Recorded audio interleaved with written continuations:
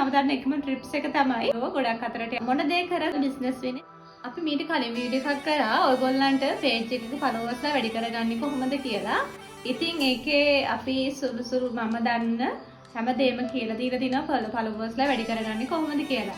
අනිවාර්යෙන් ඒ ක්‍රම අනුගමනය කරන්න. එහෙම වුණොත් ඉක්මනට ෆලෝවර්ස්ලා ගන්න පුළුවන්. ඒ වගේම තමයි පේජ් එකේ බිස්නස් එක වැඩි කරගන්න පුළුවන්. ෆලෝවර්ස්ලා වැඩි කරගන්නේ ගැනීමේ වාසිය තමයි ඔයගොල්ලන්ගේ බිස්නස් එක බොහෝ දෙනෙක් අතරට යන එක. එතකොට ඔයගොල්ලෝ දාන වීඩියෝස් ඔයගොල්ලන් කරන බිස්නස් එකේ වීඩියෝ ගොඩක් අතරට යනකොට ඔයගොල්ලන්ගේ ඒගොල්ලෝ ගන්න මිලදී ගන්න ප්‍රමාණය වැඩි වෙනවා ඕනම බිස්නස් එකකයි ෆලෝවර්ස්ලා වැඩි කරගන්න කියන්නේ. ඉතින් ඒ වගේම තමයි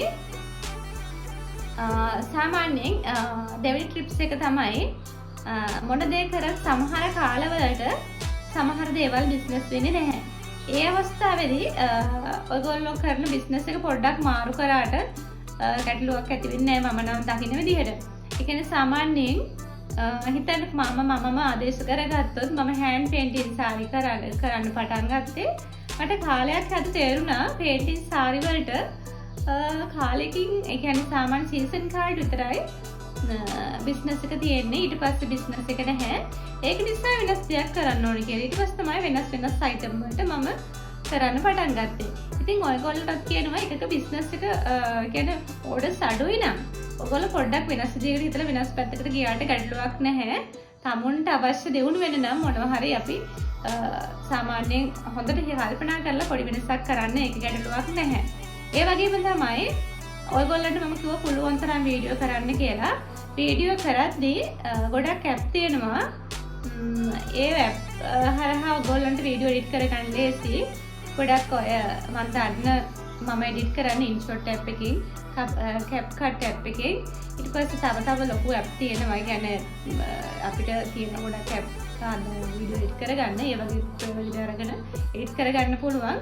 ඒ එඩිට් කරන විදිහත් YouTube එකේ සර්ච් කරලා බලන්න ගොඩක් අයට හොයාගන්න පුළුවන්. ඉතින් කරන්න බැරි දෙයක් නැහැ. තමන්ගේ උත්සාහය විතරයි අවශ්‍ය වෙන්නේ. උත්සාහ නොකර කිසිම දෙයකට යන්න බෑ.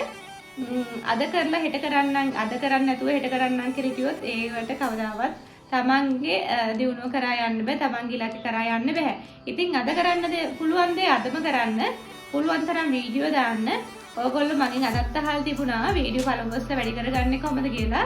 ඉතින් ෆලෝවර්ස්ලා වැඩි කරගන්න මම දන්න එකම ට්‍රිප්ස් එක තමයි වීඩියෝ දාන එක. පුළුවන් තරම් හොඳට ලස්සන වීඩියෝ ටිකක් කරලා දාන්න. ඔයගොල්ලෝ ඇඳුම් කරනවා නම් ඇඳුම් ගෙදර ඇඳුම් කරා කියලා ඇඳුම් වල වීඩියෝ දාන්නත් අවශ්‍ය නැහැ. වෙනස් වීඩියෝ ටිකක් දාන්න. ඔයගොල්ලෝ කෑම බීම කන හැටි සාමාන්‍යයෙන් ඔයගොල්ලෝ ජීවත් වෙන පරිසරයේ වීඩියෝ ටිකක් එහෙම නැස් කරලා දාන්න. එතකොට ඔයගොල්ලන්ගේ වීඩියෝ බලන්න ගොඩක් දෙනෙක් එකතු වෙනවා ඔයගොල්ලොන්ට.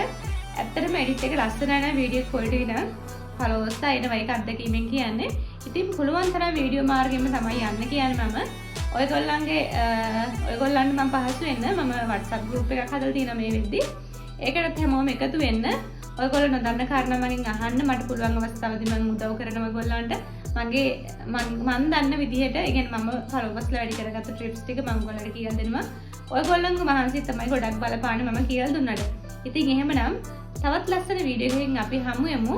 ඔයගොල්ලන්ගේ ප්‍රශ්න දාන්න අපේ ප්‍රශ්නදිලි YouTube channel එකට වගේම අපේ page එක තියෙන ප්‍රශ්නදිලි ඒකට හරි යමු කරන්න. අපි පුළුවන් අවස්ථාවකදී ඔයගොල්ලන්ගේ ප්‍රශ්න වලට උත්තර දෙන්න ලෑස්තිලා ඉන්න වීඩියෝ එකකින්. ඉතින් අපේ පුළුවන් නම් WhatsApp group එකට සම්බන්ධ වෙන්න. ඔන්ලයින් බිස්නස් කරන්න කැමති ෆලෝවර්ස් වැඩි කරගන්න කැමති කෙනෙක් ඉන්නවනම් ලස්සන වීඩියෝ එකකින් අපි තවත් දවසක හමු වෙමු. ඔයගොල්ලන්ට සුබ දවසක් වෙන්න කියලා, ජයග්‍රාහී දවසක් වෙන්න කියලා ප්‍රාර්ථනා කරනවා.